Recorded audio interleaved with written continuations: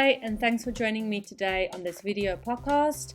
Today I will be having a conversation with my very close friend Annie.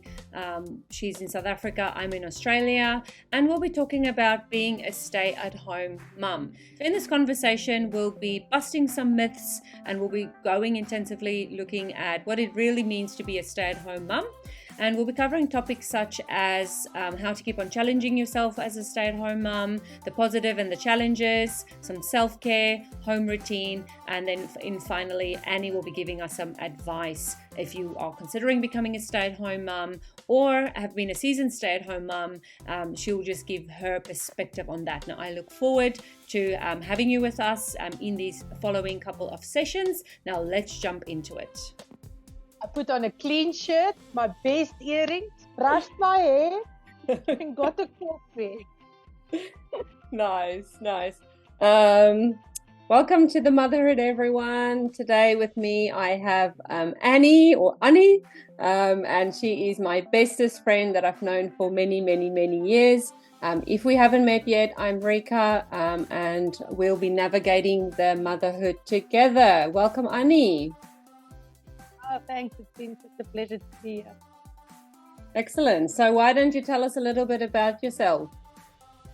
Well, my name is Annie. I'm from South Africa. We've met in South Africa, but I'm currently in South Africa. I'm a stay-at-home mom. I'm also a homeschooling mom. It would be a privilege to join and to just talk about the challenges moms face at home, and I think a lot of the myths there are. So why don't you start us off, Annie, by just telling us a little bit about your journey of becoming a stay-at-home mum. How did that happen? That was many years ago. We really struggled to fall pregnant. And I think to most moms who know the journey, it becomes something that consumes your life. And one of the things we realized was that I was just too busy. We didn't fall pregnant. And then after a long journey, when I did fall pregnant, my husband was like, then you stay at home. And I must say, financially, it was tough in the beginning. It was really tough if you lose an income and have a little baby with you. But I must say, it's been a blessing all the way through. Becoming a stay-at-home mom, I think, was much harder than I thought it would be.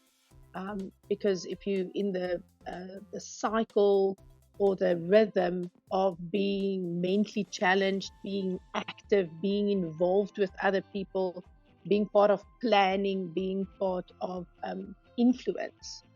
Becoming a stay-at-home mom can kind of hit you in the face with cold water because all you do is nurturing a little baby and you feel like your brain is starting to rot.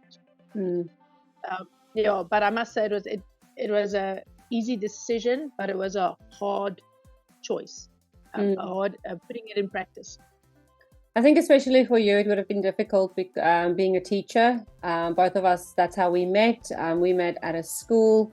We were neighboring teachers. And I think in particular, why the thought of being a stay-at-home mom challenges me is that thought of not, using your brain cells, exactly like you said. So how have you used your skills as a teacher, or how have you kept challenging yourself as a stay-at-home mom?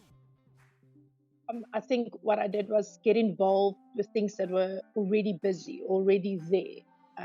You don't need to start something from scratch. You don't need to reinvent the wheel, but to get involved with other projects and with other groups of people who are already in motion.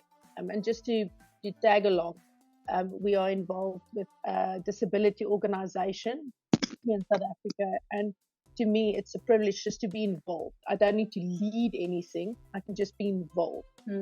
Especially I've also seen a few moms throughout my time at home, helping them, just having a coffee with them in regards with children needing remedial teaching or going through challenges. If it is, sometimes it's just getting glasses. So I think if you get to a point where you need to keep your brain in touch, it would be to reach out to others. I think that is the easiest because you do it on your terms. It's not set by rules or regulations or contracts. As you have capacity, so you can reach out to others. And I think if you start looking just in your own neighborhood, you will find someone to reach out to. And that will help you to just, oh, but I can help them with that. And you'll come back and research or just check that book, give advice, share. And I think that is something that kept me up. But I realized it is something you need to give away. Your brain doesn't stay active by getting, it stays active by giving. Amazing. Thank you so much for sharing. I'm sure that will inspire a lot of stay-at-home mums, or, well, someone who's thinking about becoming a stay-at-home mum that might not be sure. So thank you very much for sharing. Thanks for joining me as I had a conversation with my very close friend about how she became a stay-at-home mum and how she keeps on challenging her own brain and own mind whilst being at home. Now, in our next session, we're going to be looking at myths about being a stay-at-home mum, as well as self-care for stay-at-home mums. Now, stay tuned because the next session is going to be great. If you haven't clicked the like button yet, please click the like button, subscribe down below, and be sure to watch in the next session as I'll be talking to my friend even more about being a stay-at-home mum.